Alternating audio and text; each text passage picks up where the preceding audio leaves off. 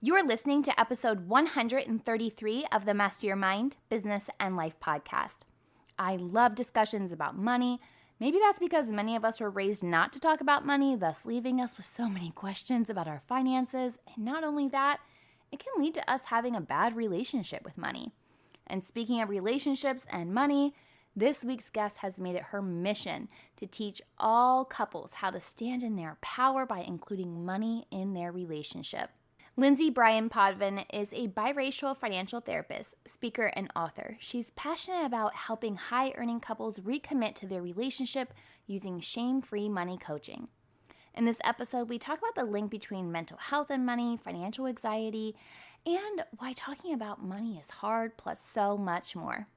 This episode is brought to you by Spiritually Seeking. When you head over to spiritually-seeking.com and use the code podcast at checkout, you'll score 20% off services such as basic numerology reports, extended numerology reports, card readings, twin flame card readings, life guidance, and more. There's a bunch of new goodies on the site. The card readings have been a popping thing. So if you're seeking guidance in life right now in any shape or form, head over to spiritually-seeking.com and remember to use the code podcast at checkout to save 20%.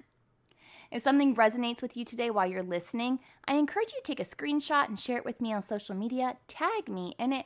I am everywhere at MindBizLife. Also, share this episode with a friend or family member. You never know who may need to hear this information. All right, are you ready to meet Lindsay? You know what to do. Tune in, turn it up, let's go.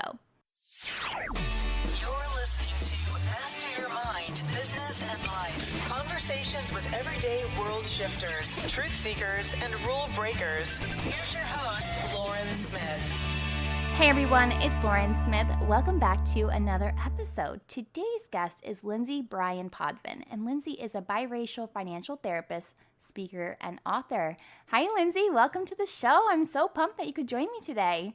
Me too, Lauren, and I'm happy to be here.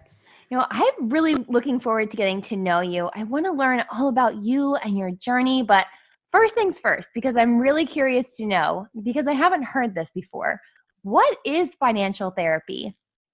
Financial therapy is exactly what it sounds like. It is therapy, but using a lens of what's going on with your money, what's your relationship with money like, what are the thoughts, feelings, and emotions of money, and it really takes a psychological and cultural lens to looking at our relationship with money. We know that money is mostly emotional and psychological, but so much of personal finance is all about numbers, and doesn't take into consideration everybody's thoughts and feelings about money. So financial therapy helps people kind of bridge that gap so they can have a healthier, more functional relationship with their personal finances.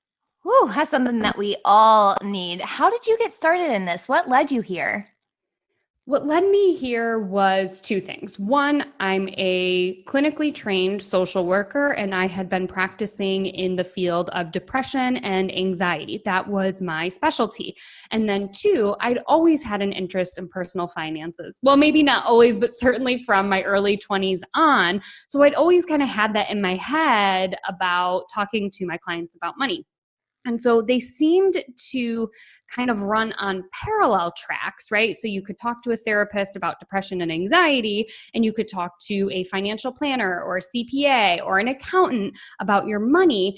But to me, I didn't like that they ran parallel to each other. I felt like they needed to really intersect to have the most value. So when I started seeing clients come in rightfully stressed or anxious or on edge about their money, and I'm not just talking about a lack of money, it's any sort of feeling about their money, I felt like I had a duty to really engage with my clients in a more holistic way, besides just telling them to call an 800 number to have somebody help them with their budget. That just felt so cold and impersonal and just didn't feel good in the therapeutic space that we created together. So I sought out additional training in the psychology of money. And so I found a couple of places where I ended up getting additional training.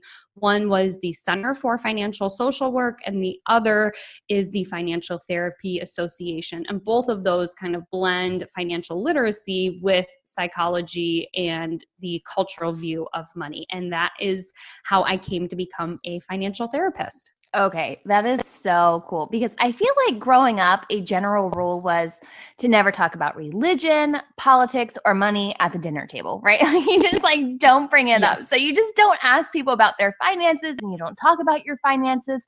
And that is sometimes a heavy burden to carry on your shoulders.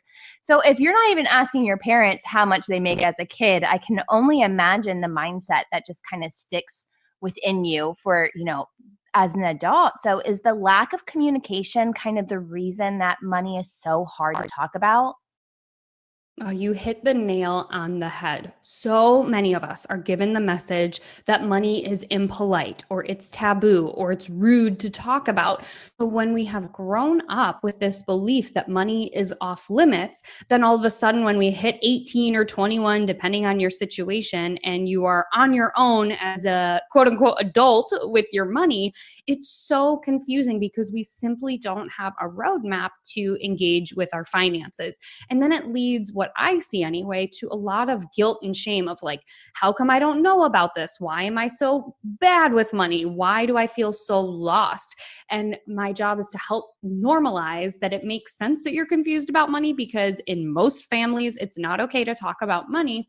And in traditional curriculum, only 13 states in the US require any sort of financial literacy education, and none of that is mandated or regulated in any way. So that could look different from state to state. So most of us don't get anything from our families or from our schools, and then we're kind of left floundering and we're supposed to just know how to do it. Oh my gosh, yeah. Like I just even remember getting my first credit card and not even understanding percentage rates, like what my interest was going to be. And like, so I can't, and then you get into this spot sometimes where you're like, I don't know what to do. And it makes you very anxious because you want to make the right choice, but you're not educated enough to make the choice. So how do you kind of like get rid of these limiting beliefs about money? Oh, I think one thing that's really important to keep in mind is that we want to kind of take a thoughts on our journey. And I know that sounds really woo-woo, but hang in with me. What a lot of us try to do when we are feeling uncomfortable or feeling anxious, we're feeling something that we don't want to feel, is we want to get rid of it, right? We go, oh, I have this thought of I'm bad with money. I want to just slash and burn it. And I want to have a new thought that is I'm great with money.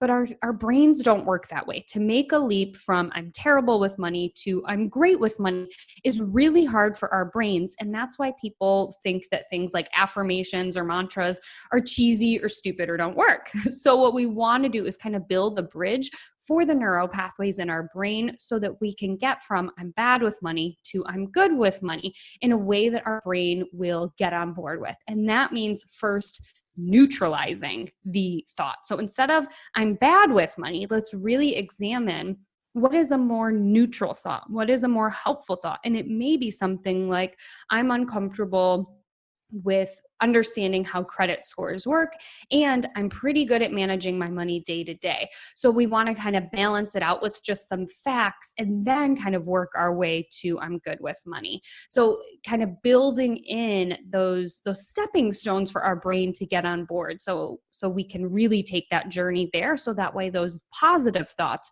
are going to be stickier, so to speak, in our brain and really work for us. That makes a lot of sense. Like I'm great at budgeting. I'm bad at long-term planning. Yeah. So right. So that makes a lot of sense because then you can kind of also focus on where your energy needs to go. Like I don't need more energy in budgeting. I need more energy in my long-term planning.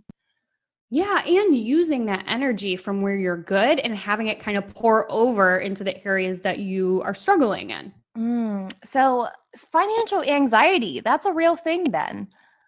Oh yeah, huge. And it's not just for people who are experiencing a lack of money or a lack of income.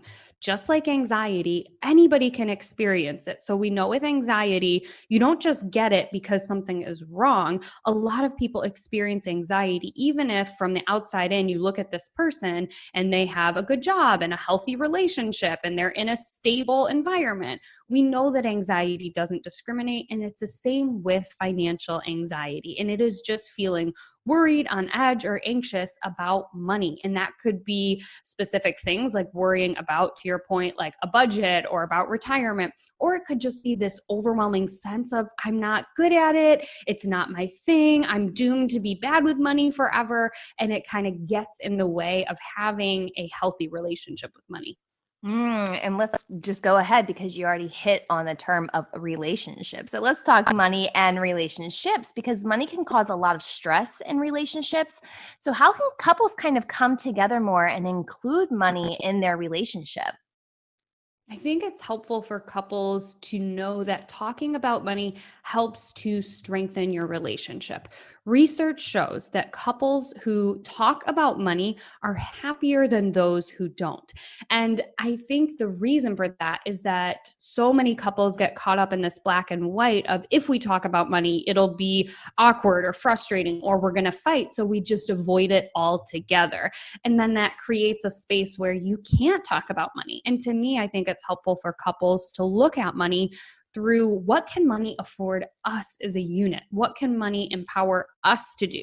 And when we think about it that way, we think about the strengths of money and the strengths of having a healthy relationship with money. It can strengthen your relationship. It helps you to get on board about your different values and your goals and helps to afford you to create that plan so you can have the life that you want to have.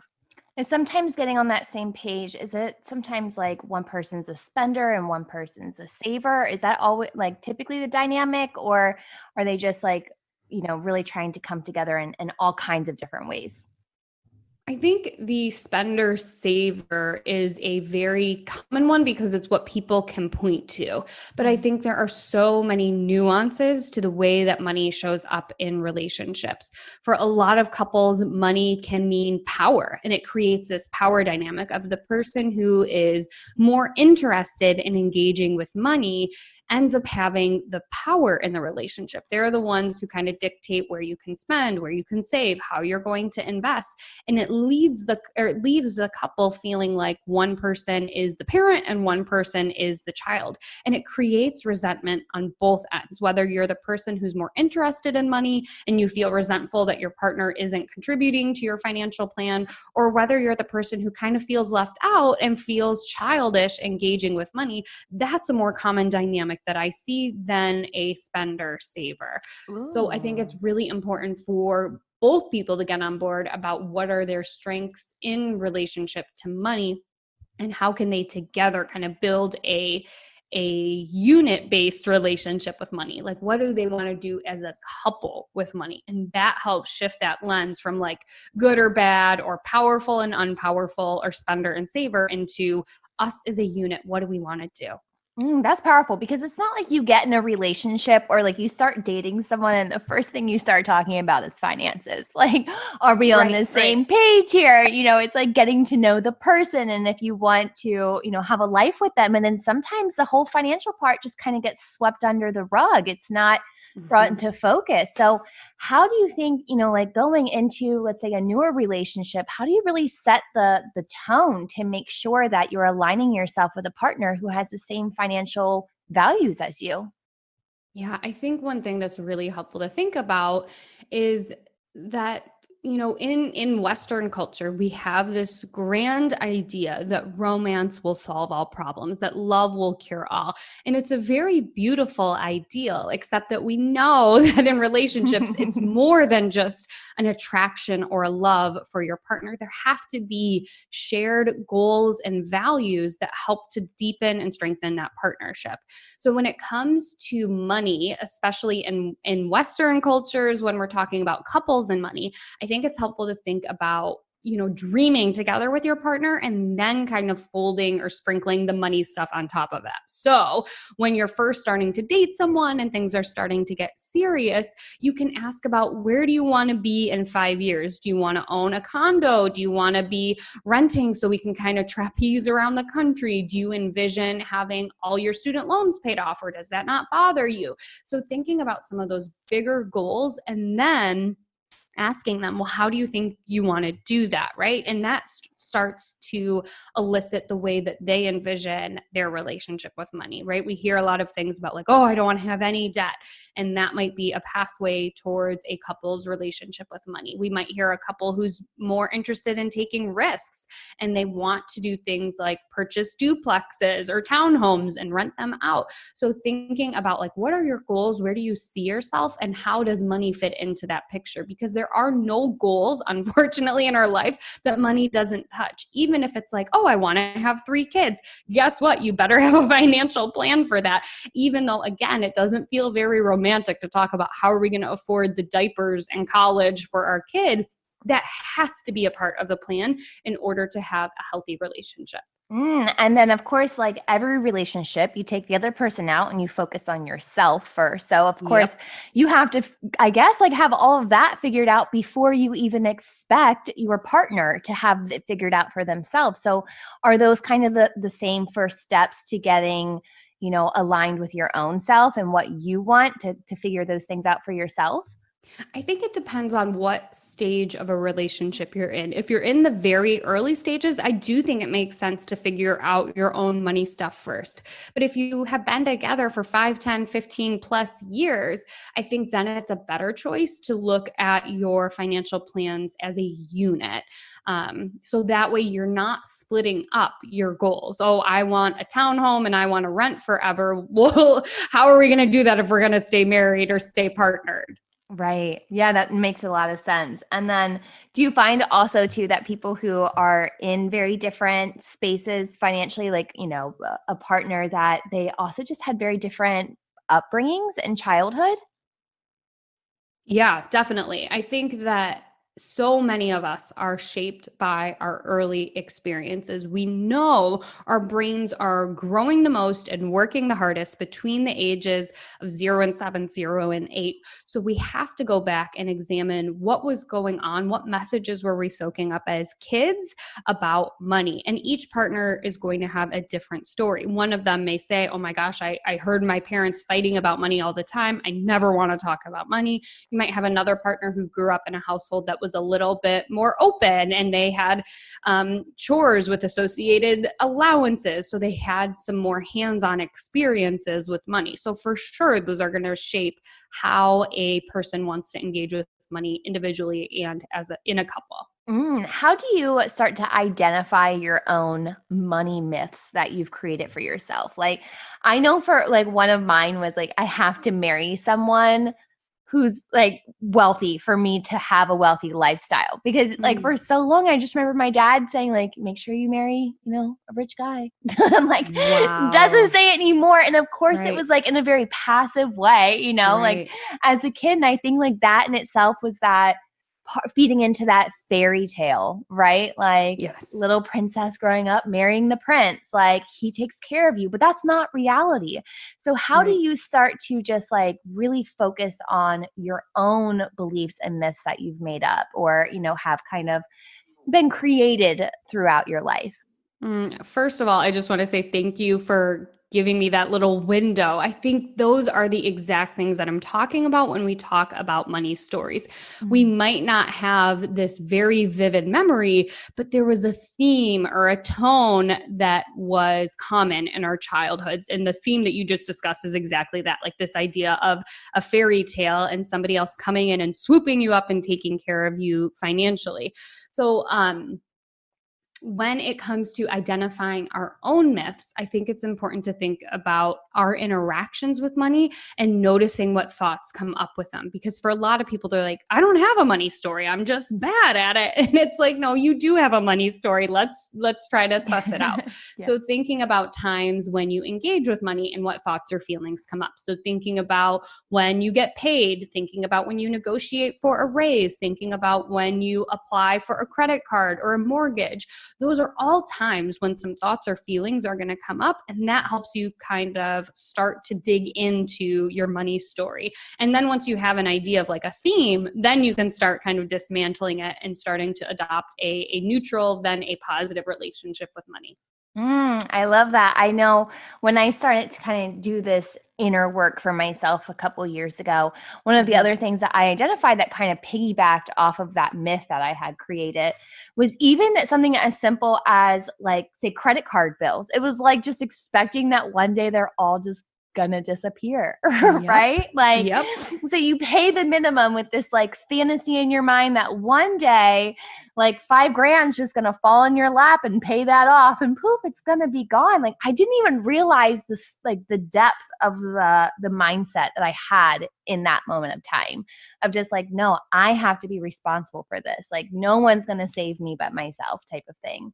Yeah. And what you are describing is something that research shows a lot of women fall into, which is this idea of being like blissfully ignorant of like, I don't know what's happening with my money, but I'm positive it'll all just sort itself out. Yeah. You know? Oh gosh, like, why do we have that? And that's interesting that it's more women who Yeah. have that. Do you think that all kind of comes back to this like fairy tale, type of scenario, that everything just works out in the end, like pretty little packaged bow? Yeah, I think for sure that's a part of it. And I also think that women are kind of socialized to be boxed out of finances, right? If we envision what's going on Wall Street, most of us don't picture a sea full of women in pencil skirts. We picture a sea full of men, right? So Mm. we have been boxed out of finances. We know that women up until like the 60s couldn't even apply for their own credit cards without their husband's approval, and they needed their husband's signature. So these are systemic and they're also cultural reasons why we have been separated from money. And of course, that soaks into our psyche. Yes. Oh, I sometimes overlook that because, for us, that wasn't even part of our norm. So like it feels so long ago, but like for our Right. parents and grandparents, like that was their norm, and they fought hard to kind of break that. So I guess, like, for us, in a sense, it's almost like breaking these generational curses for the first time, and in a Exactly. sense, like, you're the first one who's doing it. So yeah, it's not going to make sense. It's going to be hard and tricky, but you have the power to do so. Oh, yes, exactly. Couldn't agree more. Oh, I love it. Oh my goodness, Lindsay. This is just like blowing my mind, because I didn't realize that there was such a link between mental health and money. So Yes. wow, like the work that you're doing is just so amazing. And you've dropped so many good wisdom nuggets today. I know our audience is just going to want more of you in their lives. So where can they go to connect with you further? So they can find me. My company is called Mind Money Balance, and they can find me everywhere pretty much under that handle. I'm the most active on Instagram at Mind Money Balance, and of course, my website, Mind Money Balance. And I always love to offer a little bonus for podcast listeners. So I also wrote a book called The Financial Anxiety Solution, where you can buy on Amazon, IndieBound, Barnes & Noble, Target, wherever you want to buy it online right now, given the climate that we are in. But if you purchase that book and send me proof of purchase because you heard me on another podcast, I'll send you a free bonus values-based video training that will help you sort out your relationship to money and what's important to you. And you can always find that at mindmoneybalance.com/podcast. Dang, that's such a goodie. Oh my goodness. I love when guests share some goodness with you. Lindsay, you have brought so much great energy and insight to today's show. Thank you so much for joining me. Oh, I'm so happy to be here. Thank you. Financial anxiety was a new concept to me, and I thought Lindsay broke all of this information down so beautifully. I know you're going to want to connect with her further. I have linked her website and social channels on this week's episode notes, found on mindbizlife.com. Don't forget to join me on Friday for a new episode of Fuel Your Life Friday. But until then, remember, every level of life is an opportunity to grow. Be well, my friend.